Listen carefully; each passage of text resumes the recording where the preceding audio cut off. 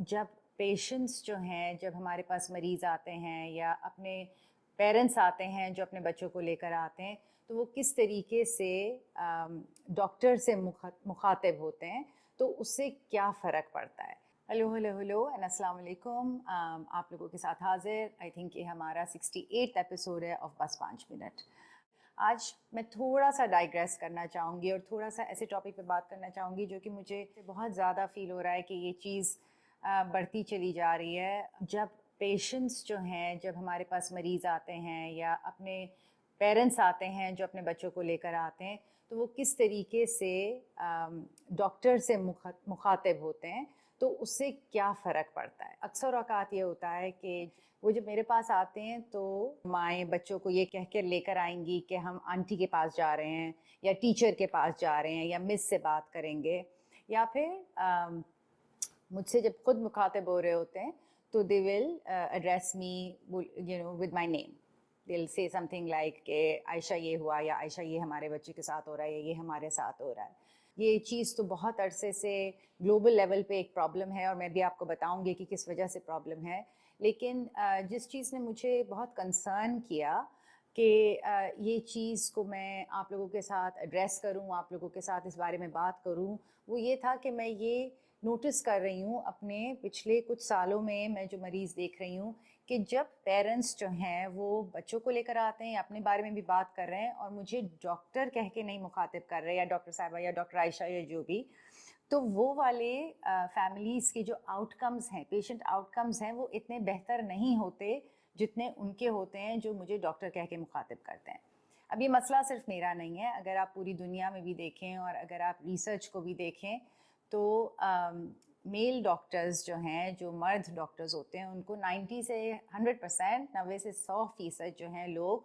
Doctor कह के मुखातिब करते हैं। जो फीमेल डॉक्टर्स होते हैं उनको तकरीबन सिर्फ 40 या 50% लोग जो हैं वो डॉक्टर कह के मुखातिब करते हैं, और बाकी जो 40-50% पीपल हैं वो उनको उनके नाम से मुखातिब करते हैं। अब होता क्या है इससे, आप ये कह सकते हैं कि क्या फ़र्क पड़ता है इससे कि डॉक्टर कहें या ना कहें, या आंटी कहें या अंकल कहें। अंकल तो खैर कोई भी किसी डॉक्टर को नहीं कहता। उससे क्या फ़र्क पड़ता है, बट फ़र्क ये पड़ता है, तीन तीन चीज़ें बहुत ज़्यादा डिफरेंट होती हैं। एक तो ये होता है कि जो भी डॉक्टर कह रही हैं, ठीक है, जो भी आपको ओपिनियन दे रही हैं या तशख़ीस दे रही हैं या डायग्नोसिस बता रही हैं या आपको बता रही हैं कि ये इस वक्त जो है ये कंसर्न है, तो अगर आप उनको डॉक्टर कह के मुखातिब नहीं करते तो अनकॉन्शियसली, अक्सर औकात ये जानबूझ के नहीं होता, लेकिन ना चाहते हुए भी आप उनके ओपिनियन को इतना सीरियसली नहीं ले रहे जितना आप लेते अगर आप उनको डॉक्टर कह के मुखातिब करते। दूसरी चीज़ ये होती है कि जब आप अपने डॉक्टर को डॉक्टर कह के मुखातिब नहीं करते हैं, तो जो वो आपको ट्रीटमेंट प्लान देती हैं, जो वो आपको प्रिस्क्रिप्शन देती हैं, दवाइयाँ बताती हैं या थेरेपी बताती हैं या कोई भी और चीज़ बताती हैं कि आप जो हैं, या लैब्स कोई बताती हैं या कोई टेस्टिंग बताती हैं कि आप एमआरआई करवा लें या आप साइकोलॉजिकल टेस्टिंग करा लें, तो आप उसको उतने रिगर के साथ फॉलो नहीं करते अगर आपने अपने डॉक्टर को डॉक्टर नहीं कहा है। अगर आपने उनको नाम से मुखातिब किया है तो अक्सर औकात ज़्यादातर ये होता है कि वो जो पेशेंट्स हैं वो अपने डॉक्टर की तशख़ीस को और डॉक्टर के ट्रीटमेंट प्लान को फॉलो नहीं करते हैं। तीसरी चीज़ ये होती है कि जब आप अपने डॉक्टर को अगेन डॉक्टर कह के मुखातिब नहीं कर रहे हैं, तो अगर उनके ट्रीटमेंट के दौरान कोई भी और डॉक्टर, और अक्सर ये होता है कि अगर आप किसी मैं साइकाइट्रिस्ट हूँ लेकिन मेरी ट्रीटमेंट के दौरान आप अपने बच्चे को या आप खुद अपने आप को किसी पल्मोनोलॉजिस्ट के पास लेकर चले गए या कार्डियोलॉजिस्ट के पास गए हैं, इवन आप जीपी के पास गए हैं जो कि मर्द डॉक्टर हैं, और उन्होंने आपको कोई भी दवा दी, या फिर अगर गलती से ये कह दिया कि जो आपको डॉक्टर आयशा ने बताया है वो ठीक नहीं है या वो सही नहीं है, आप ये करें, तो अगर वो साइकाइट्रिस्ट नहीं भी हैं तो आप उनकी बात ज़्यादा फॉलो करेंगे। ये सारी चीज़ें जो हैं ये आपके ट्रीटमेंट प्लान को बहुत ज़्यादा अफेक्ट करती हैं। मेरे ख्याल में हमारा टाइम थोड़ा सा ख़त्म होने वाला है, लेकिन मैं लास्ट आई थिंक एक एग्ज़ाम्पल ज़रूर देना चाहूँगी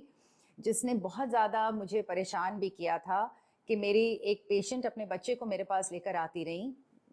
14 साल 13-14 साल का वो बच्चा है, और वो हमेशा मुझे मेरे नाम से मुखातिब करती हैं कि ये आयशा ये हुआ मेरे बेटे के साथ, आयशा ये हो रहा है मेरे बेटे के साथ, ये हो रहा है। बच्चे को तकलीफ़ भी थी, थेरेपी भी वो कर रहे थे और बहुत ज़्यादा शिद्दत का डिप्रेशन था, तो जिसके लिए मैंने उनको दवा भी ज़रूरी समझी कि उनको स्टार्ट की जाए। और कहीं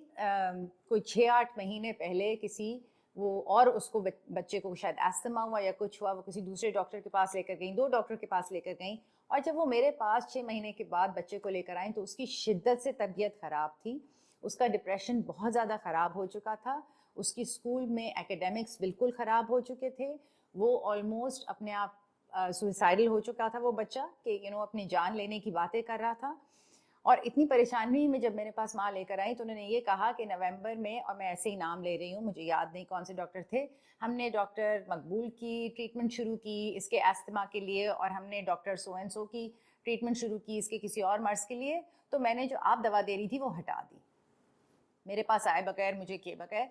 और ये इस वजह से जब मैंने उनसे बात की, मैंने और ये बात मैंने उनसे की, मैंने कहा देखें जब आप मुझे डॉक्टर नहीं कहती हैं और ये नहीं समझती कि मैं भी उसी तरीके से 5 साल मेडिकल स्कूल भी गई हूँ और अगले 5 साल साइकाइट्री की ट्रेनिंग की है, फिर उसके बाद एक्स्ट्रा चाइल्ड साइकाइट्री की भी ट्रेनिंग की है, तो फिर आपको जो मैं दवा दे रही हूँ या जो कोई तशखीस बता रही हूँ तो आप उसको सीरियसली नहीं लेंगी और आपके बच्चा जो है वो उसकी तबीयत और ज़्यादा ख़राब होगी, जो कि इस केस में हुआ है। So I wanted to talk to you all about this today. अभी we'll stop for now. अगर आप लोगों को फील हुआ कि हमें इसके बारे में और बात करने की ज़रूरत है तो शायद हम एक आध और बस 5 मिनट इसी मौजू पे करेंगे। तब तक के लिए stay curious, keep asking questions, and memento vivere, remember to live. खुदा हाफ़िज़।